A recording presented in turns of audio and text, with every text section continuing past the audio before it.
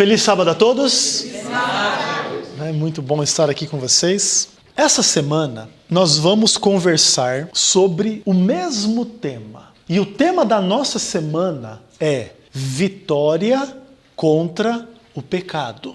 Esse vai ser o tema da semana toda. Agora, pecado não é um assunto simples ou fácil da gente conversar a respeito dele. Entenda o que eu vou dizer para vocês. No nosso mundo hoje, a maioria das pessoas não quer ouvir falar de pecado. Muito menos falar de pecado uma semana inteira. O mundo moderno, o que ele espera de uma igreja? Aqueles que vão na igreja. Ele espera mensagens positivas, de felicidade, de alegria, até pode falar do pecado, mas sempre assim, sem enfatizar o pecado. Por exemplo, nós temos pecado, então nós precisamos de salvação. Então venha na nossa igreja, Jesus está aqui, o Espírito Santo está aqui, você vai ter a salvação. Eu gastei 1 minuto falando de pecado e 40 minutos falando da salvação, que Deus é maravilhoso, que Deus é bom.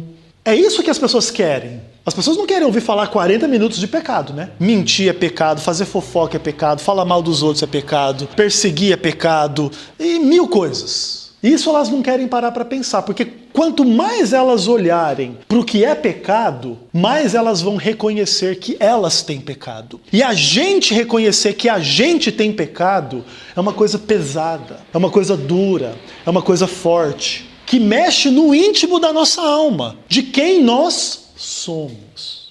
Então o mundo moderno não quer ouvir falar de pecado. E quando quer ouvir falar de pecado, quer ouvir falar de pecado assim bem pouquinho e só ter a solução do problema.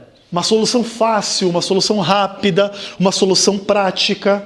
Não querem gastar muito tempo com essa ideia. Só que o tema do pecado é difícil não só por causa do mundo moderno. Hoje você tem uma grande quantidade de igrejas cristãs.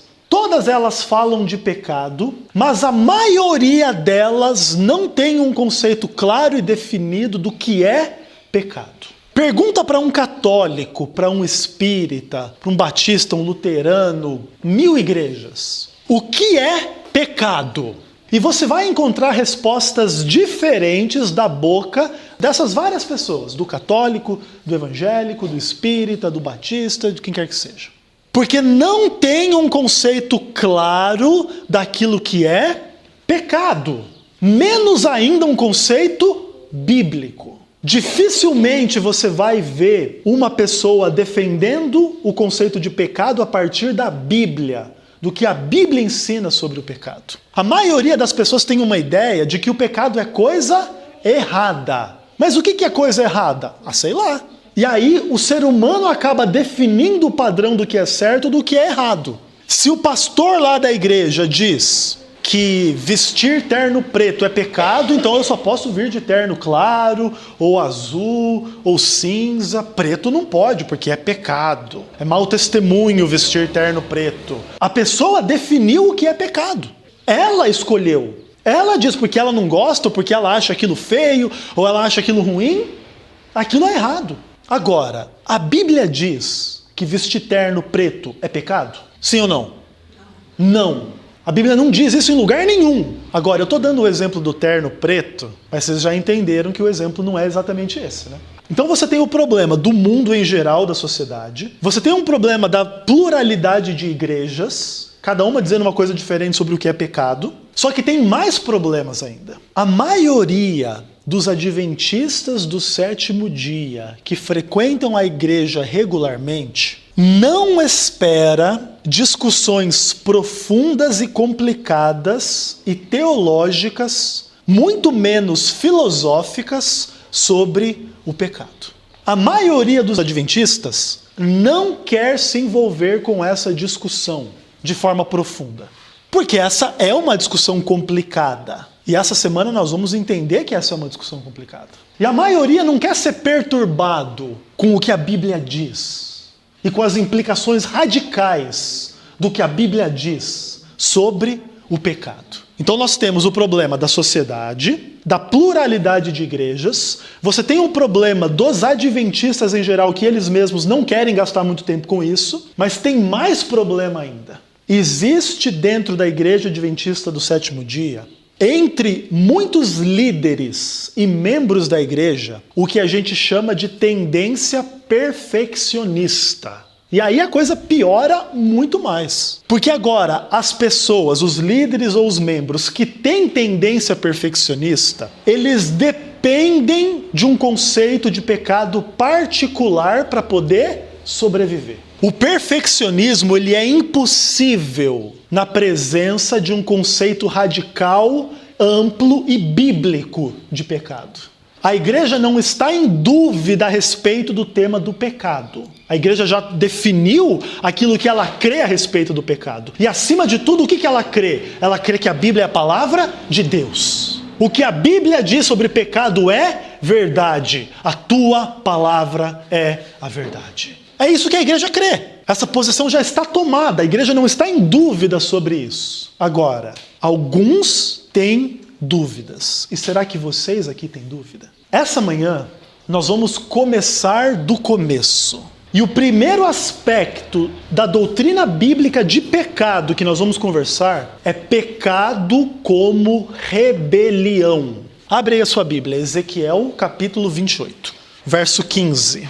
Eu gosto de dizer que esse verso, ele é o resumo daquilo que Paulo vai falar lá no Novo Testamento como o mistério da iniquidade. Em 2 Tessalonicenses capítulo 2, verso 7. Eu gosto de dizer que Ezequiel 28:15 é um texto que resume esse mistério. Então, assim, com a Bíblia aberta, vamos orar para que Deus fale de forma poderosa esta manhã a todos nós. Papai do céu, maravilhoso, eterno e querido, em nome de Jesus, obrigado pela Tua palavra. Fala ao nosso coração através do Espírito Santo, nos mostra a Tua verdade, a Tua vontade. Em nome de Jesus, amém. Então, Ezequiel 28, verso 15. A Bíblia diz assim: perfeito eras nos teus caminhos, desde o dia em que foste criado, até que se achou iniquidade em ti. Esse é o resumo de uma história que ninguém explica. É impossível encontrar razão.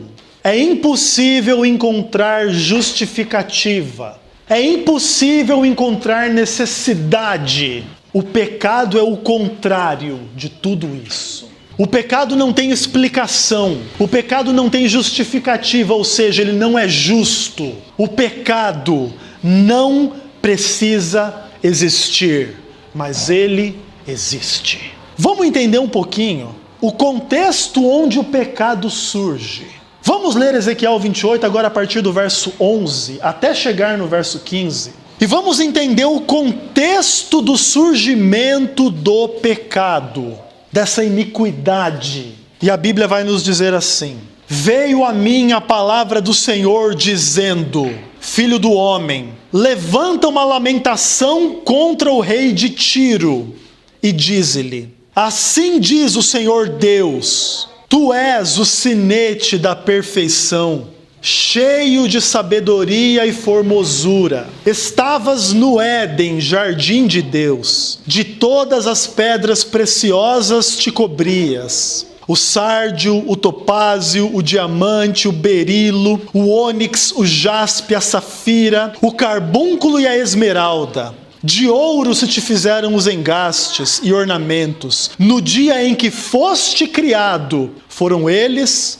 preparados. Tu eras querubim da guarda, ungido, e eu te estabeleci. Permanecias no monte santo de Deus. No brilho das pedras andavas. Perfeito eras nos teus caminhos, desde o dia em que foste criado, até que se achou iniquidade em ti. O texto de Ezequiel 28, no verso 12 e no verso 15, falam de perfeição.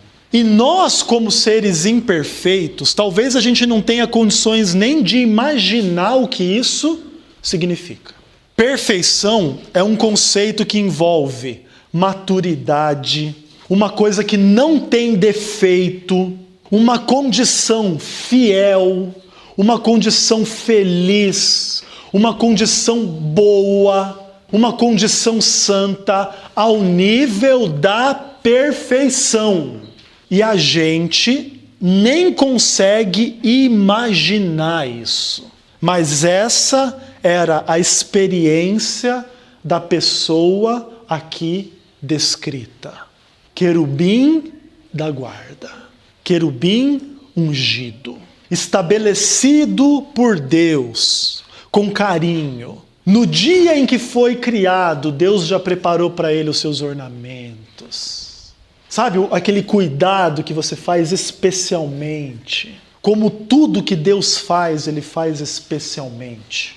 Deus não criou somente Lúcifer dessa forma, Ele criou milhões de anjos, Ele criou o ser humano. Da mesma forma, com perfeição, com bondade, com amor, com carinho, de todo o coração, de toda a alma de Deus.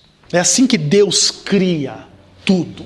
Nós não sabemos por quanto tempo Lúcifer teve a experiência da perfeição, mas dentro da nossa perspectiva de tempo, é possível que ele tenha tido essa experiência por milhões de anos. É possível, da nossa perspectiva de tempo. Não sei, não posso dizer quanto tempo, mas talvez não tenha sido pouco tempo. A perfeição na qual Lúcifer estava envolvido continha vários elementos. Estavas no Éden, então Ezequiel 28:13. No Monte Santo de Deus andava no brilho das pedras, Ezequiel 28:14.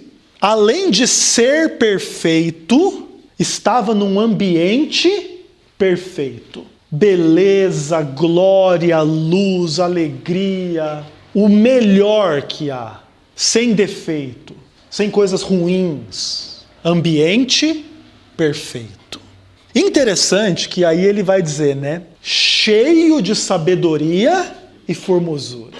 Lúcifer era perfeito por dentro e por fora. Cheio de sabedoria por dentro, lindo por fora. Essa era a experiência dessa pessoa. E aí a Bíblia fala de um aspecto temporal, né? Até que se achou iniquidade em ti. Não tem explicação. Só Deus sabe o que aconteceu com essa pessoa. Agora, nós temos aqui duas indicações importantes. Iniquidade. Iniquidade é aquilo que é mal, aquilo que é injusto, aquilo que é podre, aquilo que é mal. Isso é que é iniquidade. Essa iniquidade, ela tem o que a gente chama de locus, um foco, uma origem, uma presença. Em ti, em você, se achou iniquidade.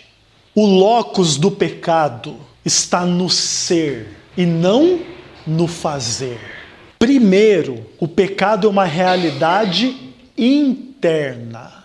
Depois ele se manifesta de forma externa. Nunca inverta essa ordem. O pecado não começa por fora, senão ele não é pecado. O pecado começa por dentro. A Bíblia diz, lá no Novo Testamento, que os anjos não guardaram o seu estado original.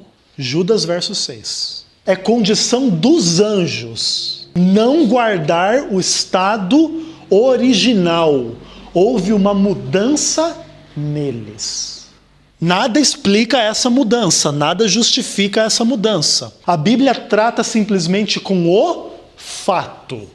É isso que a Bíblia traz. Isso é interessante porque adiante você vai ver a Bíblia descrevendo Lúcifer, aquele que era o perfeito, e a Bíblia chama ele de o maligno.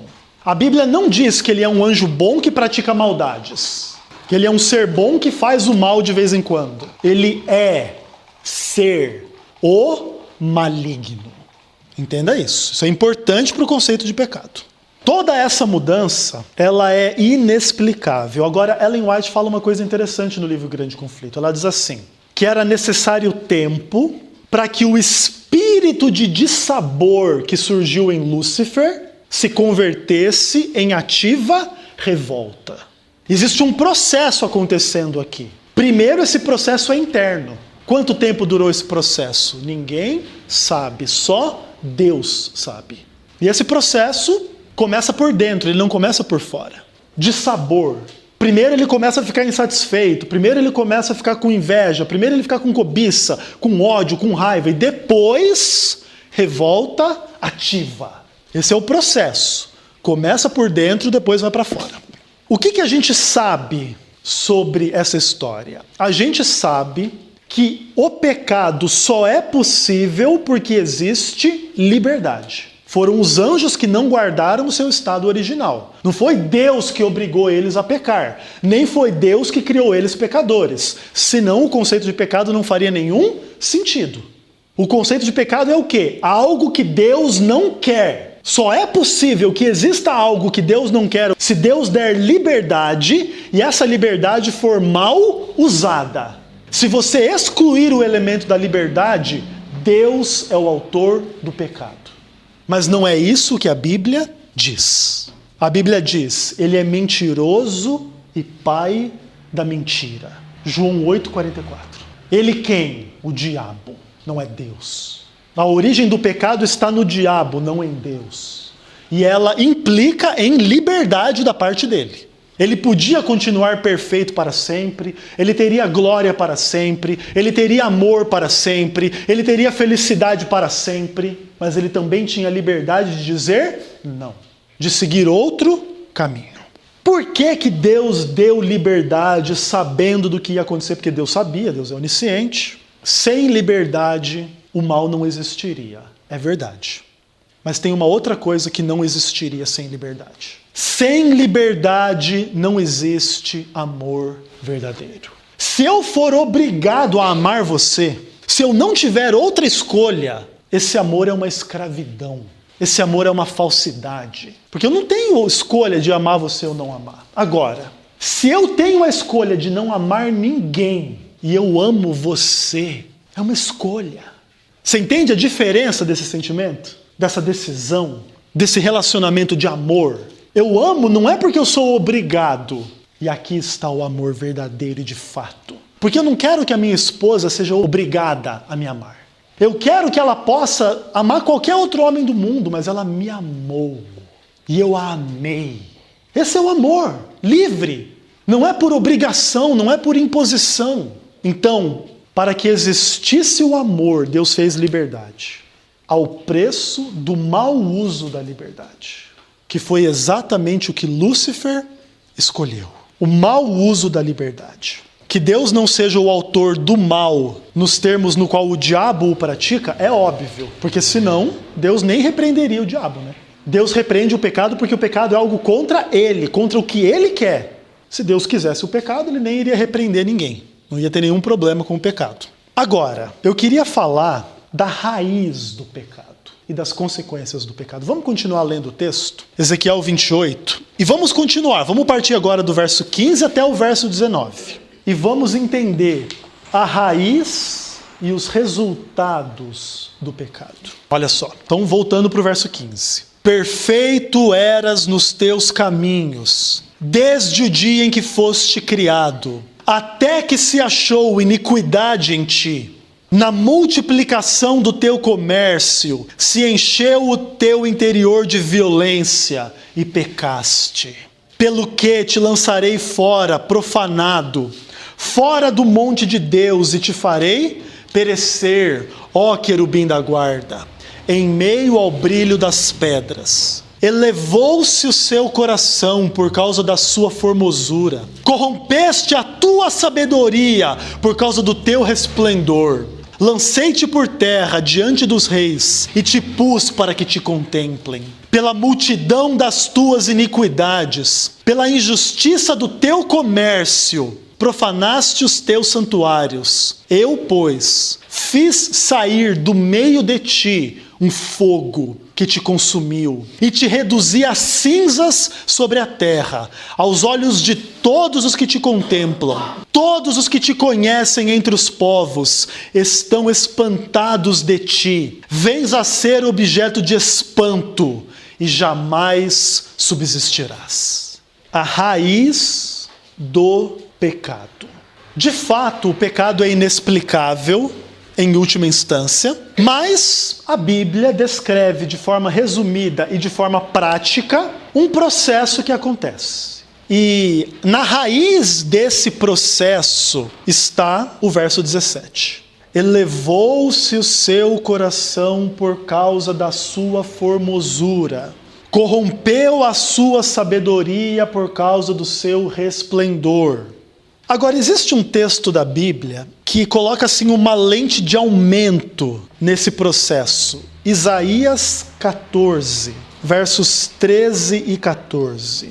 Lembra lá, elevou-se o seu coração por causa da sua formosura, corrompeu a sua sabedoria por causa do seu resplendor. Tu dizias no teu coração: eu subirei ao céu, acima das estrelas de Deus.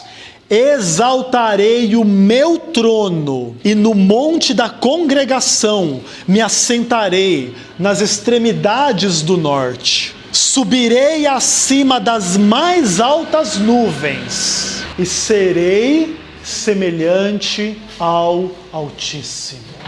É uma lente de aumento sobre esse processo. Esse processo começa no coração.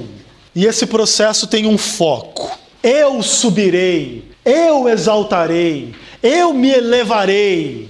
Tudo tem a ver com eu e mais eu. Acima das nuvens, semelhante ao Altíssimo. Existe um texto de Ellen White que ela diz assim: todo pecado é egoísmo. O primeiro pecado de Satanás foi uma manifestação de egoísmo. Olha que importante. Eu estou no centro. E qual que é o foco do eu? Ser semelhante ao Altíssimo. Mas espera aí. É ruim ser como Deus? Pensa o seguinte, Deus é verdadeiro. Vamos pensar que nós sejamos pessoas com problemas com a mentira. De vez em quando a gente mente para o pai, para a mãe, para o amigo, para alguém. E a gente olha para a nossa vida e a gente diz assim: como eu sou um lixo. Senhor, perdoa a minha vida, transforma a minha vida. Eu quero ser como Deus, eu quero ser como o Senhor, uma pessoa verdadeira, em nome de Jesus, Senhor. Amém? Amém. Tem alguma coisa de errado com isso? Não tem nada de errado com isso. Só que o processo que acontece em Lúcifer, ele é diferente disso. Lúcifer, ele começa a ser seduzido por ver coisas que pertencem a Deus, que Deus é, e que ele, Lúcifer, não tem, e que ele, Lúcifer, não é. É diferente. Não é aquela coisa assim, de eu ter um pecado, ver Deus que não tem esse pecado e querer ser igual a ele. Eu quero ser melhor, eu quero vencer o pecado.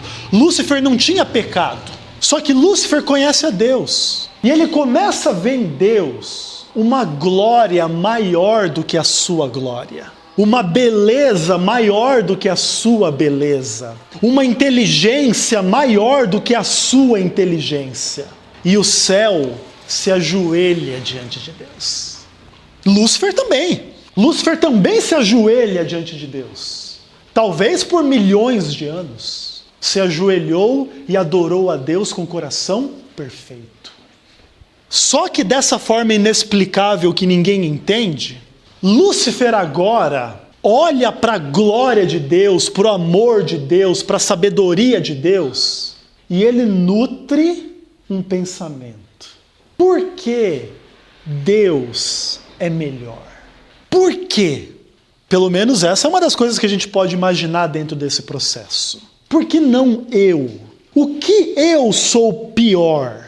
E agora, aquele que era perfeito começa a estar insatisfeito. Agora, aquela alegria, aquela paz, aquela perfeição, aquela harmonia, ela está manchada. a princípio, com uma mancha pequenininha. Não é uma mancha muito grande. É simplesmente uma comparação entre Deus e eu. É só isso. Só que Lúcifer, ao invés de louvar, adorar e amar a Deus por Deus ser acima dele e reconhecer que sem Deus ele mesmo não existiria, ele começa a confundir as coisas. Ele começa a dizer assim, olha, eu tenho perfeição e etc. na borda dele. Deus fez a gente perfeito. Deus só não fez a gente ele. Você entende que é uma cortina? Deus é eterno, a gente não é eterno, a gente foi criado.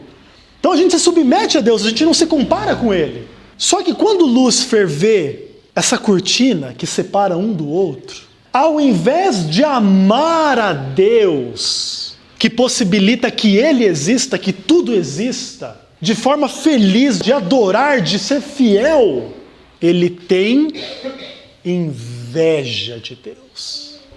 Ele suspeita de Deus. Ele tem ódio de Deus. Dói na alma quando a gente entende isso. Não é brincadeira o que a gente está falando aqui essa manhã. Dói na alma. Como que é possível algo assim? Ellen White diz que Satanás ele manifestou uma espécie de loucura. Eu vejo nesse quadro egoísmo, cobiça, inveja, insubmissão. E aqui se estabelece a natureza do pecado. Rebelião contra Deus.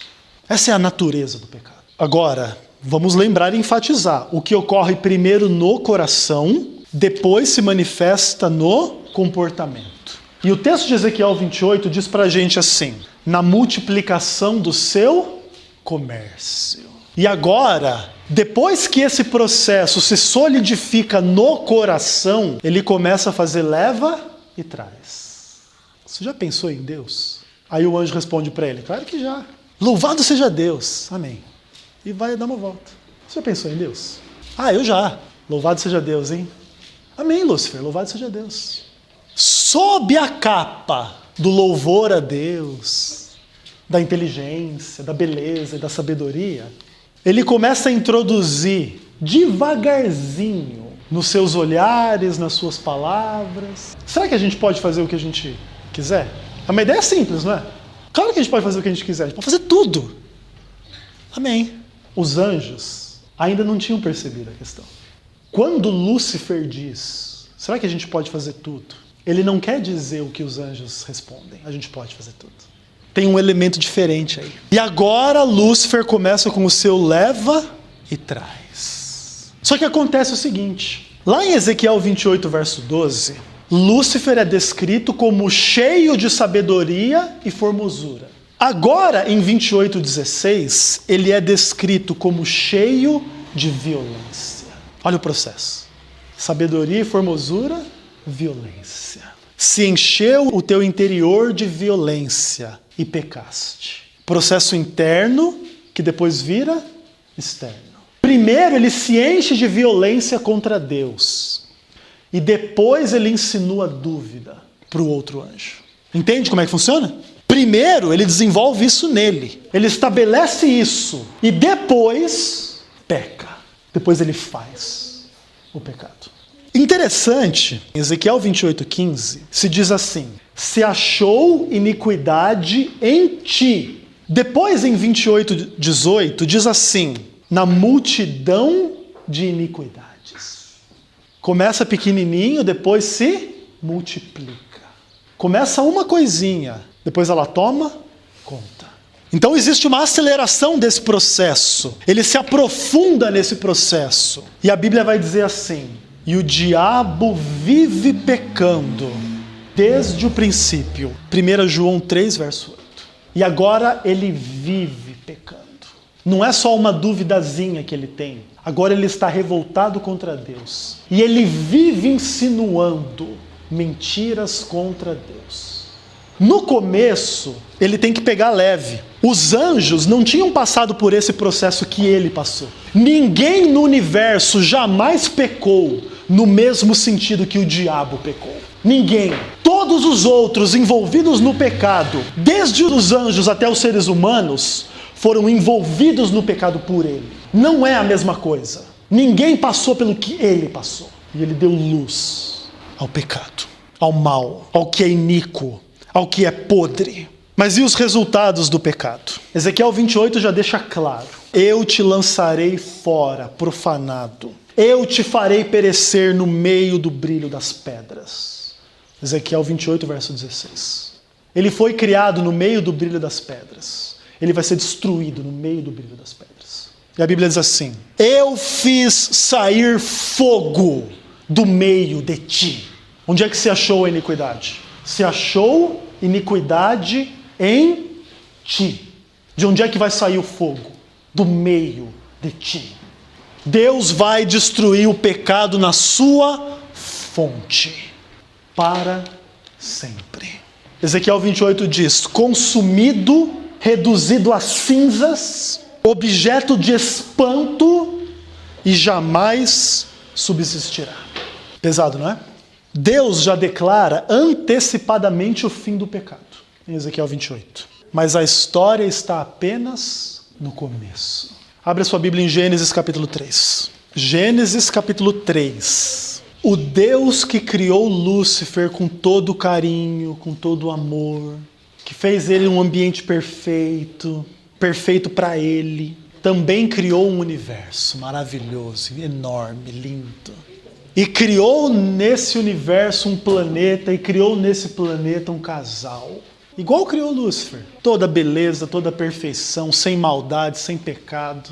E aí a Bíblia diz assim: mas a serpente, mais sagaz do que todos os animais selváticos que o Senhor Deus tinha feito, disse à mulher: é assim que Deus disse: não comereis de toda árvore do jardim? Respondeu-lhe a mulher: do fruto das árvores do jardim podemos comer, mas do fruto da árvore que está no meio do jardim, disse Deus: dele não comereis, nem tocareis nele, para que não morrais. Então a serpente disse à mulher: é certo que não morrereis, porque Deus sabe, no dia em que dele comerdes, se vos abrirão os olhos, e como Deus, sereis conhecedores do bem e do mal. Vendo a mulher que a árvore era boa para se comer, agradável aos olhos e árvore desejável para dar entendimento, tomou-lhe do fruto e comeu, e deu também ao marido, e ele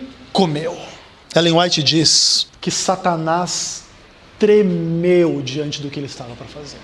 Ele sabia que o que ele estava fazendo era muito pesado. A Bíblia retrata essas coisas de um ângulo prático, não teórico, científico ou filosófico. Provavelmente todo esse contato entre a serpente, a mulher e etc. podem ter envolvido muito mais coisas do que o relato diz. A Bíblia tem um propósito prático. Ela é verdade, isso foi o que aconteceu, mas obviamente que existe todo um contexto maior por trás que a gente não tem acesso. A Eva é uma pessoa sem pecado. Possivelmente eles conversaram bastante. Agora, existem várias questões aqui. Adão e Eva são feitos à imagem e semelhança de Deus. Não é pouca coisa. Eles são parecidos com Deus. Como é que Deus é? Deus é luz e nele não há trevas. 1 João 1, verso 5. Deus é amor. Adão e Eva são pessoas cheias de luz, cheias de amor, cheias de sabedoria, cheias de alegria, cheias de paz, cheias de comunhão com Deus. Cheias, igual Lúcifer foi um dia. E já não era mais. Mas o ser humano era. E a Bíblia diz que Deus fez o homem reto. Eclesiastes 7, verso 29. Uma outra implicação importante: Adão e Eva eram imortais. Lembra de Gênesis 2, versos 16 e 17. Não coma essa fruta, se você comer vai morrer. Ou seja, se não comesse não iria morrer. Eles eram parecidos com Deus, eles eram perfeitos, eles eram imortais. É assim que era o ser humano. Mas aí surge a serpente. E a identidade da serpente vai ser esclarecida só lá no Apocalipse. A antiga serpente que se chama Diabo, Satanás. Apocalipse 12, verso 9. A obra da serpente é enganar.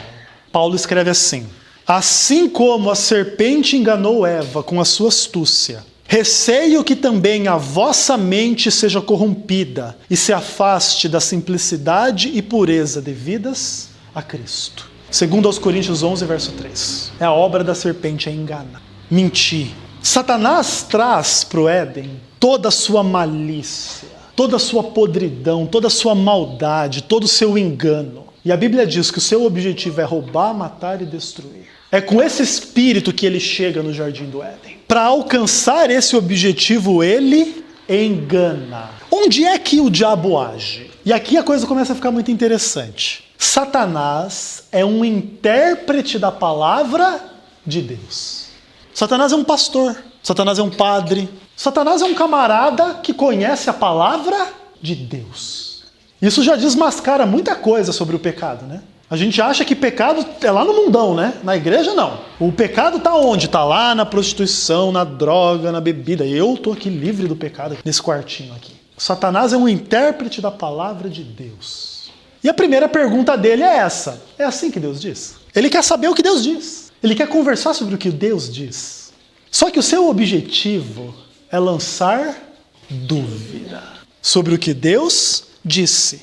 É interpretar aquilo que Deus disse de forma assim misteriosa, de forma escondida. Deus fala uma coisa, mas na verdade não quer dizer aquela coisa. Na verdade o sentido está um pouco mais profundo, está escondido. E através disso, Satanás insinua que Deus mente, que Deus não quer dizer o que ele disse, Deus não é confiável. Deus não tem palavra. Deus ameaça, mas não cumpre. Deus é desonesto. Deus não é bom. Deus não sabe o que é melhor. Mas aqui a serpente entra em contradição. Sabe por que ela entra em contradição? Porque no fim, depois que ela lança dúvida sobre tudo isso, ela diz para Eva: mas coma esse fruto, porque você vai se tornar como Deus. Quem ia querer ser como Deus? Se Deus fosse mentiroso? Se Deus fosse falso? Se Deus fosse um hipócrita? Quem ia querer ser como ele? Está entendendo a questão? Satanás vem, mente contra Deus e depois diz: mas você quer ser como ele? Coma. O argumento dele é contraditório. O argumento dele não é sólido, é uma mentira. Só que Eva não percebeu a mentira. O que ela percebeu? Olha, agora onde não tinha dúvida, agora tem dúvida. Poxa, agora ela está perplexa. Será que Deus me escondeu uma coisa? Agora ela tem vontade de conhecer o mal, ela tem desejo de comer. Agora o pecado fez surgir dentro dela o desejo. O pecado sempre começa dentro, nunca começa fora. É assim. Só que Eva, ela poderia frear esse processo pela fé e pelo amor a Deus. Eva conhecia Deus. Ela poderia dizer assim: não, esse argumento não faz sentido. Não, isso não é verdade. Não, isso eu não quero. Mas ela não freia o processo. Agora, aquela tentação que veio do diabo se torna a tentação dela. Eva está seduzida pelo espírito da rebelião. E o que ela faz? Ela se une à rebelião, ela come a fruta e imediatamente ela se torna agente da rebelião. Ela leva o fruto até o marido. Olha só como que é o pecado. Ele te seduz, você faz ele, você se torna agente dele. Também deu ao seu marido e ele comeu. Gênesis 3, verso 6. Paulo vai dizer, lá em 1 Timóteo 2,14, que Adão não foi iludido.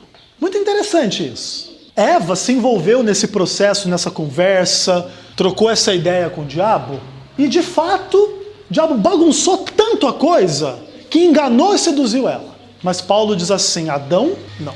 O diabo não usou a cobra para falar com Adão. O diabo usou Eva. E ele se rebelou contra Deus. A rebelião de Adão, ela ocorre num contexto diferente da rebelião de Eva, tá? Mas ele coloca Eva acima de Deus. Porque obviamente é por ela que ele come. É por causa dela, ok? O pecado se torna um fato. O homem se tornou pecador. Agora, o homem vai ser o palco da ação do pecado. O homem vai ser o agente do pecado. Portanto, pela palavra de Deus nós concluímos que a humanidade é vítima do pecado, é cúmplice do pecado e também é agente do pecado. As três coisas. Nós somos vítimas, sim, mas também somos cúmplices e também somos agentes do pecado. Somos pecadores. Adão foi a porta de entrada do pecado no mundo. Desde a besteira que ele fez, o pecado tem prevalecido no mundo e alcançou todos os seres humanos, sem exceção, a não ser uma exceção: Jesus Cristo. Única exceção. Única. Pastor, na minha família teve um neném que morreu com 6 meses de idade. Todos pecaram e carecem da glória de Deus. O neném da sua família que morreu com 6 meses não foi exceção. Você vê que o conceito de pecado vai um pouquinho mais fundo do que a gente imagina? A coisa não é tão simples como a gente gostaria. Por isso que eu falei no começo, o mundo não gosta de ouvir falar de pecado. A igreja não gosta de ouvir falar de pecado. Porque a coisa vai no âmago e lança várias dúvidas e várias questões. E essa semana nós vamos conversar sobre essas dúvidas e essas questões. Faça planos de estar aqui. Para aprender não é do Ezequiel, para aprender da palavra de Deus. A encarnação de Cristo, a vida de Cristo, a morte de Cristo e a ressurreição de Cristo lançam luz sobre a rebelião do pecado. Deus não é egoísta, sua natureza não é pecaminosa. Deus é luz, Deus é bom, Deus é amor. E na própria vida de Cristo, tudo que ela envolve, Deus desmascara a rebelião. Desmascara os seus motivos, desmascara o seu modus operandi, desmascara os seus frutos pela obra realizada na cruz do Calvário. A rebelião está desmascarada, destruída e condenada pelo que Jesus Cristo fez na cruz do Calvário. O tema dessa semana é vitória contra o pecado. Ezequiel, como é que vence o pecado da rebelião? A vitória contra o pecado de rebelião reside em olhar para Cristo pela fé. Por causa de quem Cristo é, por causa do que Cristo fez, nós podemos compreender a origem do mal. E ela não está em Deus. Ela começa em Lúcifer, ela se espalha pelos anjos, ela se espalha por Adão e Eva, ela se espalha pelo mundo inteiro, por todos os seres humanos. Mas a luz do Evangelho nos esclarece a natureza da rebelião. Ela começa como algo simples, como algo que poderia ser justificado como bom, ser melhor, ser como Deus, interpretar a palavra de Deus. E ela termina com ódio a Deus, iniquidade, violência, maldade e perdição. A luz do Evangelho nos faz olhar para a rebelião do pecado com tristeza, com arrependimento, porque nós mesmos muitas vezes nos envolvemos com a rebelião do pecado. Não adianta jogar essa culpa, é do diabo, é do Adão, eu não tenho nada a ver com isso. Você tem a ver com isso. Ou você não é rebelde. Ou você nunca peca, ou você nunca pecou. Somos vítimas do pecado, ok, mas também somos agentes do pecado. Todos nós pecamos. Mas quando a gente olha para o Evangelho, a gente não olha mais para essa rebelião como algo simples, ou normal, ou gostoso, do qual a gente quer participar. A gente olha com tristeza, repreendimento. A rebelião não mais faz sentido. A rebelião só faz o mal. A rebelião não vale a pena. Mas eu tenho uma boa notícia para você. A rebelião não é a palavra final. O Evangelho é a palavra final. Jesus Cristo resolveu o problema da rebelião, carregando sobre si a nossa rebelião. os nossos pecados, para a gente aprender a ser melhor do que a gente pode ser por nós mesmos. Para colocar no nosso coração o amor, a fé, a verdade, a pureza, a honestidade, a alegria, a paz que excede todo entendimento. Por isso que Jesus morreu. E a palavra dele, a verdade dele, a redenção dele, acima do pecado e da rebelião, essa sim é a palavra final.